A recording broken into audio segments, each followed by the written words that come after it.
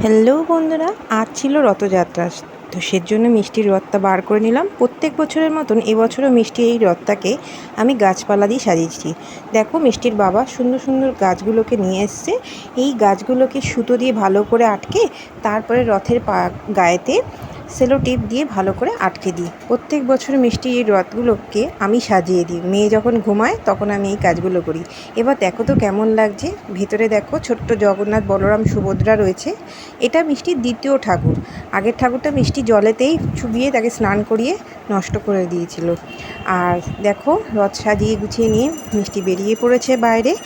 সুন্দরভাবে রথ টানছে। আশা করছি আরও রথ ওর জন্য কিনে আনতে পারবো।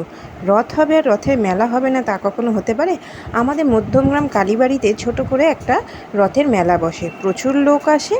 খুব বড় না হলেও বেশ ভালো হয়। দেখো, রথ এসে গেছে আর আমরা গেছিলাম ওখানে পুজো টুজো দিয়ে বাড়িতে চলে আসলাম। একটু মেলা ঘুরেও এসেছি, নানা ধরনের দোকান।